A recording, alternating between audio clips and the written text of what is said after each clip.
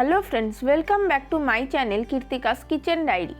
शीतकाल मानेই কড়াইশুঁটি এবং কড়াইশুঁটির নানান রকম রেসিপি। বিশেষ করে কড়াইশুঁটির কচুরি আমরা সকলে শীতকালে খেয়েই থাকি। আর এই শীতের সকালে যদি এরকম ফুলকো ফুলকো আর গরম গরম কড়াইশুঁটির কচুরি থাকে তাহলে আর কি বা লাগে। আমার আজকের রেসিপি বাঙালির অতি প্রিয় কড়াইশুঁটির কচুরি। আর আমার চ্যানেলে নতুন হলে চ্যানেলটিকে সাবস্ক্রাইব করে পাশে থাকা বেল আইকনটিকে অবশ্যই প্রেস করে দেবেন এবং লাইক ও শেয়ার করে আমাকে কমেন্ট করে জানাবেন রেসিপিটা আপনাদের কেমন লাগলো। চলুন তাহলে দেখে নেওয়া যাক আমার আজকের রেসিপি পুরে ঠাসা কড়াইশুঁটির কচুরি। তো কড়াইশুঁটির কচুরি বানানোর জন্য দিয়ে দেব 2 কাপ পরিমাণে ময়দা, দেব স্বাদমতো নুন, দেব 1 চা চামচ পরিমাণে চিনি আর দিয়ে দেব 3 টেবিল চামচ পরিমাণে রিফাইন্ড অয়েল। এবারে লবণ, চিনি আর তেলটাকে ভালো করে ময়দার সাথে মিশিয়ে নিতে হবে। ময়াম যত ভালো করে দেওয়া হয় কচুরি কিন্তু তত ভালো হয়। ময়ামটা কচুরিতে অবশ্যই একটু বেশি দিতে হয়।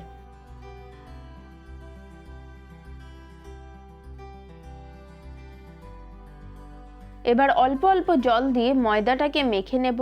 লুচির ময়দা যেমন মাখা হয় সেভাবেই ময়দাটাকে মেখে নিতে হবে, তবে কচুরির ময়ামটা একটু বেশি দিতে হয়, তাহলে একটু খাস্তা হয়।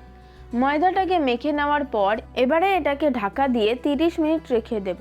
এবার মিক্সার জারের মধ্যে দিয়ে দিচ্ছি ছোটো বাটির 2 বাটি পরিমাণে কড়াইশুঁটি, তার মধ্যে দিচ্ছি 2 ইঞ্চি আদার টুকরো আর দিচ্ছি 8-9টার মতো কাঁচা লঙ্কা। এবারে সামান্য একটু জল দিয়ে এটাকে মিহি পেস্ট তৈরি করে নেব।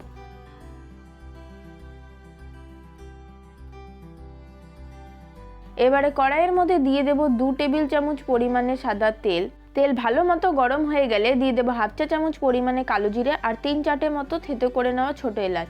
এবারে এটাকে একটু নাড়াচাড়া করে দিয়ে দেব 1 চা চামচ পরিমাণে হিং। ফ্লেমটাকে লোতে রেখে এবারে হিংটাকে একটু ভেজে নেব। তারপর এর মধ্যে দিয়ে দিচ্ছি পেস্ট করে নেওয়া কড়াইশুঁটি। এবারে ফ্লেমটাকে লোতে রেখে পুরটাকে খুব ভালো মতো কষিয়ে নিতে হবে। ফ্লেমটাকে মিডিয়ামে রেখে ক্রমাগত নাড়াচাড়া করে কড়াইশুঁটির পুরটাকে কষিয়ে নিতে হবে। কিছুক্ষণ সময় ধরে কষিয়ে নেওয়ার পর দিয়ে দেবো স্বাদমতো নুন আর দিয়ে দেবো 1/2 চা চামচ পরিমাণে চিনি। তারপর নুন চিনি দিয়ে পুরটাকে আরও কিছুক্ষণ কষিয়ে নেওয়ার পর দিয়ে দেবো 1/2 চা চামচ পরিমাণে জিরে গুঁড়ো, দেবো 2 চা চামচ পরিমাণে ছাতু আর দিয়ে দেবো 1/4 চা চামচ পরিমাণে গরম মশলা গুঁড়ো। এখানে ছাতুটা আপনাদের তখনই দিতে হবে যখন এই মিক্সচারটা বেশ অনেকটাই ড্রাই হয়ে আসবে। আর এই ছাতুটা দেওয়ার কারণে কিন্তু এর টেস্টটা বেশ অনেকটাই বেড়ে যায় আর এর মধ্যে যে এক্সেস জলটা থাকে সেটাও টেনে নেয় আর মিক্সচারটাও বেশ স্মুথ হয়ে যায়। এখানে আমাদের পুরটা কিন্তু একদম তৈরি। দেখুন কেমন সুন্দর এক জায়গায় জড়ো হয়ে আসছে আর প্যানের গায়েও লেগে যাচ্ছে না, তার মানে পুর একদম তৈরি। এবারে পুরটাকে একটা পাত্রে নামিয়ে ঠান্ডা করে নেব। দেখুন এখানে আমার পুরটা কিন্তু একদম ঠান্ডা হয়ে গিয়েছে। এবারে ময়দাটাকে আরেকটু ঠেসে নিয়ে ওর থেকে ছোট ছোট লেচি নিয়ে বুড়ো আঙুল দিয়ে একটা বাটির শেপ দিয়ে দেব। তারপর পুরটা থেকে অল্প অল্প পুর নিয়ে এই বাটির মধ্যে দিয়ে দিচ্ছি। খুব বেশি পরিমাণে পুর ভরবেন না, তাহলে বেলার সময় কিন্তু বেরিয়ে যাবে। পরিমাণ মতো অল্প অল্প করে আর কি ভরবেন। এবারে মুখটাকে খুব ভালো মতো বন্ধ করে দিচ্ছি, তারপর আবার গোল করে নিচ্ছি। এইভাবেই প্রত্যেকটা লেচির মধ্যে পুর ভরে নেব। আরও একটা করে দেখিয়ে দিচ্ছি, ঠিক একই রকমভাবে বাটির শেপ তৈরি করে নেব। তারপর তার মধ্যে পুর ভরে মুখটাকে খুব ভালো করে বন্ধ করে দিচ্ছি। তারপর সমস্ত লেচির মধ্যে পুর ভরে নেওয়া হয়ে গেলে এবারে ওর থেকে একটা একটা করে লেচি নিয়ে অল্প একটু তেল মাখিয়ে হালকা হাতে চাপ দিয়ে কচুরিগুলোকে বেলে নেব। খুব বেশি চাপ দিয়ে কিন্তু কচুরি বেলবেন না, তাহলে পুর ভেতর থেকে বেরিয়ে যাবে। হালকা হাতে চাপ দিয়ে কচুরিটাকে বেলে নিতে হবে।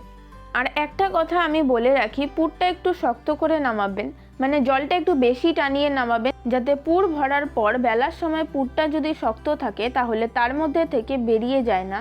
যদি নরম থাকে তাহলে বেলার সময় কিন্তু পুর বেরিয়ে যাওয়ার চান্স থাকে। এইভাবেই আমি প্রত্যেকটা কচুরিকে বেলে নেব।